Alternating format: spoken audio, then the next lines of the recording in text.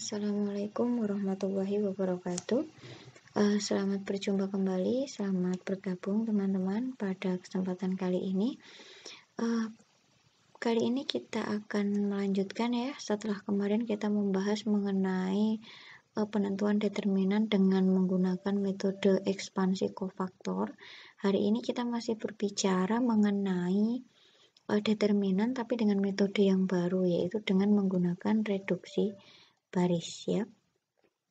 Nah, di sini kita menentukan determinan dengan menggunakan reduksi baris. Kira-kira seperti apa? Nah, di sini ada beberapa hal dulu yang perlu kita pahami sebelum kita menerapkan reduksi baris untuk menentukan determinan. Untuk teorema yang pertama, di sini diberikan matriks persegi A gitu ya. Jadi A itu adalah suatu matriks persegi, kemudian A itu mempunyai baris 0 atau kolom 0. Nah, ini misalkan saya punya matriks A-nya begini ya. Ini matriks A, misalkan di sini ada A, B, C, kemudian baris kedua misalkan 0. Begini ya. Kemudian di sini ada D, di sini ada E, di sini ada F. Nah, maka kalau saya punya matriks A-nya seperti ini determinan A-nya itu tidak lain adalah 0. Teman-teman bisa menghitung, saya rasa bisa membuktikan. Kita bisa menggunakan ekspansi kofaktor kemarin ya, dengan mengambil ekspansi sepanjang baris kedua. Nah, ini juga berlaku untuk kasus kolom ya. Kemudian ini untuk teorema yang selanjutnya, yaitu ketika A itu suatu matriks persegi, maka determinannya akan sama dengan determinan dari transposnya. Jadi kalau matriks A ditransposkan, nanti determinannya dia akan tetap sama. Itu hal-hal yang mendasari nanti yang kita perlukan untuk melakukan reduksi baris ya. Nah, di sini ada operasi baris elementer. Kenapa? Karena kita ingat kembali bahwasanya kalau kita menggunakan kemarin eliminasi Gauss-Jordan ya, kita menggunakan operasi baris elementer atau kita mereduksi suatu matriks, itu berarti kita menggunakan operasi baris elementer. Nah, di sini ada beberapa hal yang perlu kita perhatikan gitu ya. Masih dengan matriks persegi, yaitu matriks A. Nah, di sini yang pertama, jika B itu adalah matriks yang dihasilkan jika suatu baris dari matriks A ya, atau suatu baris bisa, kemudian kolom juga bisa ya. Jadi baris tunggal atau kolom tunggal dari A dikalikan dengan skalar K. Nah, diingat kembali elementer ya.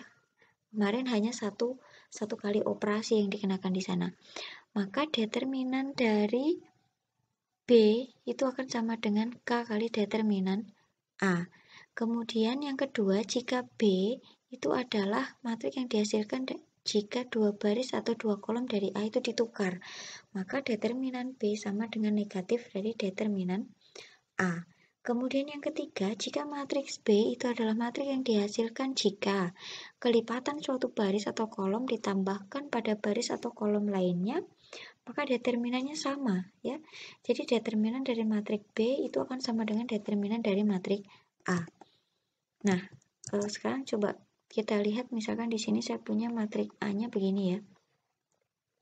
Misalkan saya punya A, B, C, kemudian di sini ada D, E, F, di sini ada G, di sini ada H, di sini ada I misalkan.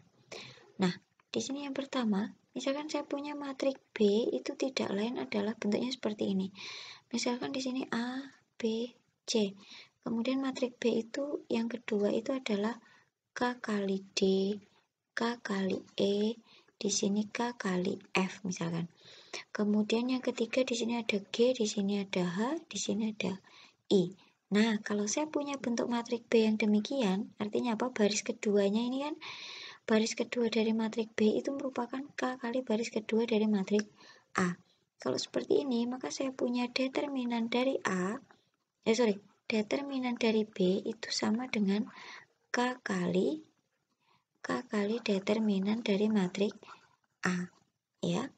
Nah, kemudian yang kedua, misalkan saya punya matriks B-nya itu tidak lain adalah misalkan gini,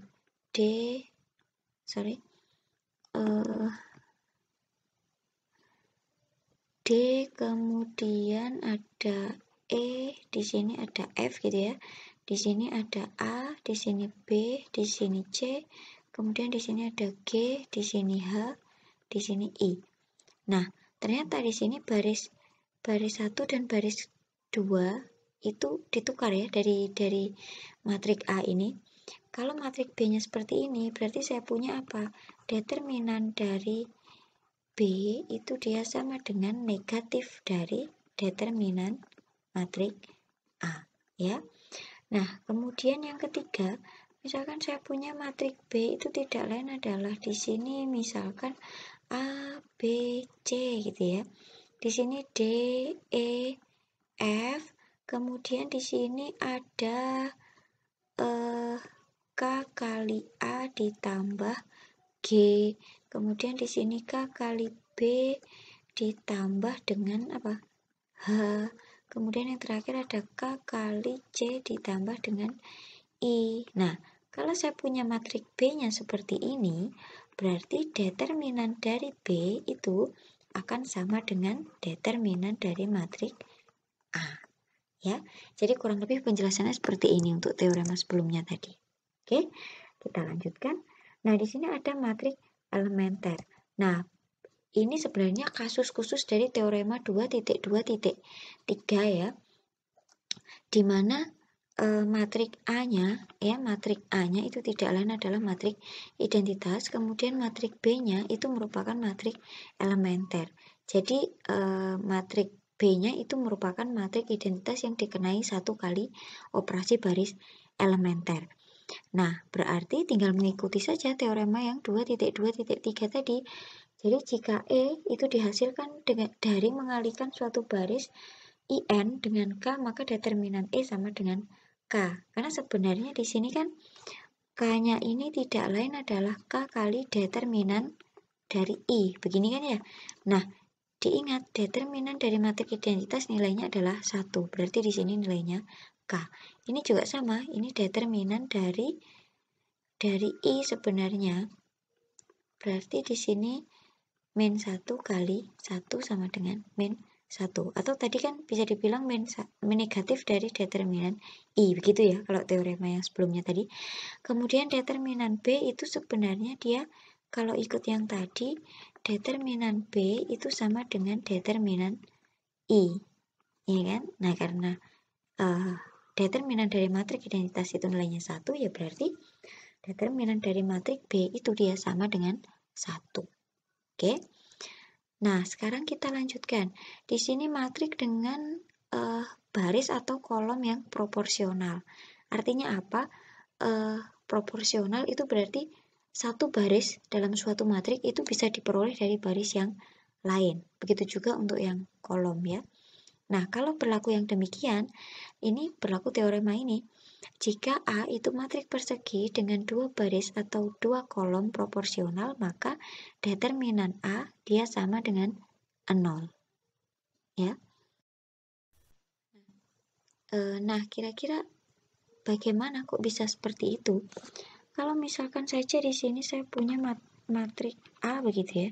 Matrik A itu nilainya adalah A, B, C, kemudian di sini ada 2A, 2B, 2C begitu ya. Di sini E, F, G misalkan. Nah, di sini kan saya bisa membuat ini menjadi 0 kan ya? Dengan cara bagaimana? Min 2 kali baris pertama ditambah baris kedua, ya kan? Kalau seperti itu hasilnya apa nanti?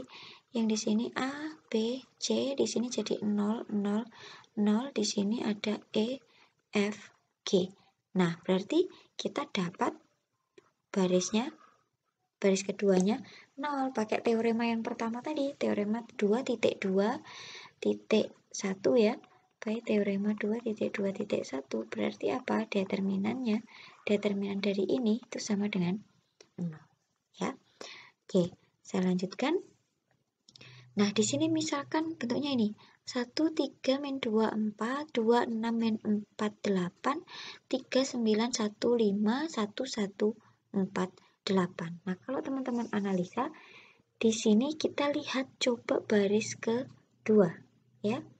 baris kedua di sini merupakan 2 kali baris pertama. Berarti kalau saya melakukan operasi baris, yaitu min 2 kali baris pertama ditambah baris kedua, hasilnya apa nanti? Nah, coba kita lihat. Hasilnya baris pertama tetap ya. 1, 3, min 2, 4 di sini. Kemudian di sini 0, di sini 0, di sini 0, di sini juga 0, kemudian di sini 3, 9, 1, 5, kemudian di sini ada 1, 1, 4, 8 ya. Nah, kita dapat baris kedua 0 kan di sini. Oke, berarti by teorema berapa tadi? 2.2.1 2.2.1 kita simpulkan bahwa determinannya itu sama dengan 0. Determinan siapa? Kalau misalkan di sini tadi matriknya A, ya berarti di sini determinan dari matrik A. Dia sama dengan 0. Selanjutnya kita lihat di sini bagaimana menentukan determinan dengan menggunakan reduksi baris. Nah, ini dia goalnya ya. Jadi idenya sebenarnya adalah kita diminta mereduksi suatu matrik gitu ya, sehingga diperoleh bentuk matrik segitiga atas. Nah, nanti kalau sudah ketemu matrik bentuk segitiga atas, kan kita bisa lebih mudah ya mencari determinannya, yaitu dengan tinggal mengalihkan diagonal-diagonalnya saja kan.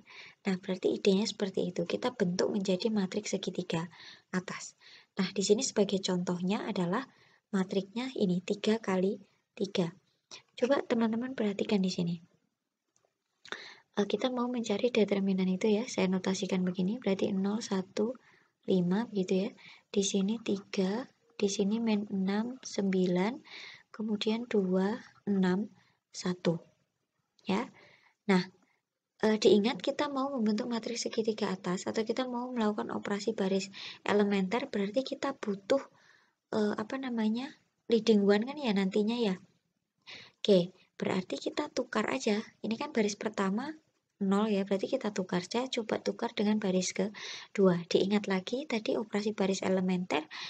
Kalau barisnya ditukar, maka determinannya adalah negatif dari determinan matriks asalnya. Berarti di sini negatif. Di sini jadi 3, min 6, di sini 9, di sini ada 0, 1, 5, di sini 2, 6, 1, begitu ya. Garis gini ya. Kemudian 3-nya di sini bisa saya keluarkan ya, karena semuanya bisa difaktorkan dengan 3 gitu ya. Berarti di sini min 3 kali yang di sini 1, kemudian di sini min 2, di sini 3, di sini tetap 0, 1, 5, begitu ya. Kemudian di sini ada 2, kemudian 6, di sini 1. Nah, selanjutnya karena kita mau membentuk matriks segitiga atas, berarti kita nolkan yang di sini. Ya, caranya bagaimana? Berarti min 2 kali baris pertama ditambah baris ketiga. Nah, di sini kan berarti menambah kelipatan suatu baris ke baris yang lain. Nah, itu determinannya tetap. Berarti di sini tetap tidak berubah yang depan. Berarti di sini 1, min 2, 3, 0, 1. Di sini 5. Kemudian min 2 kali 1 ditambah 2 berarti 0. Min 2 kali min 2, 4 ditambah 6 berarti 10. Min 2 kali 3 min 6 tambah 1 berarti min 5. Oke, lagi kita mau segitiga atas. Berarti di sini harus 0. Menambah kelipatan suatu baris ke baris yang lain. Kuncinya berarti mengenolkan 10 kan dari baris kedua ya. Di sini tetap, di sini 3, di sini ada 0, 1, 5. Kemudian di sini berarti gimana caranya?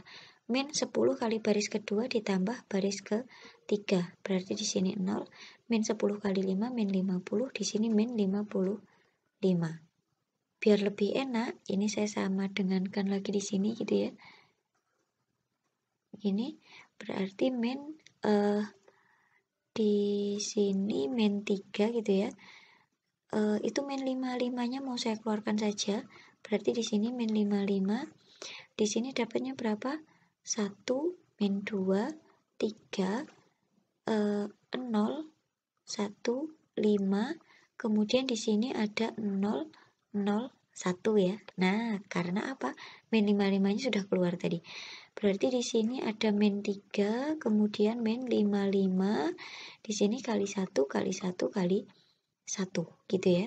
Berarti jadinya 3 kali 55 ya sama aja 150, 165.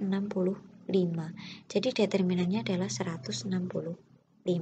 Tentunya cara ini kan lebih enak ya dibandingkan dengan ekspansi kofaktor kemarin. Tapi mau bagaimanapun juga teman-teman harus tahu setiap cara itu prosedurnya seperti apa. Oke, jadi seperti itu teman-teman yang perlu saya sampaikan pada kesempatan kali ini. Silahkan dipelajari lagi secara lebih mendalam ya. Terima kasih atas perhatiannya. Saya akhiri. Wassalamualaikum warahmatullahi wabarakatuh.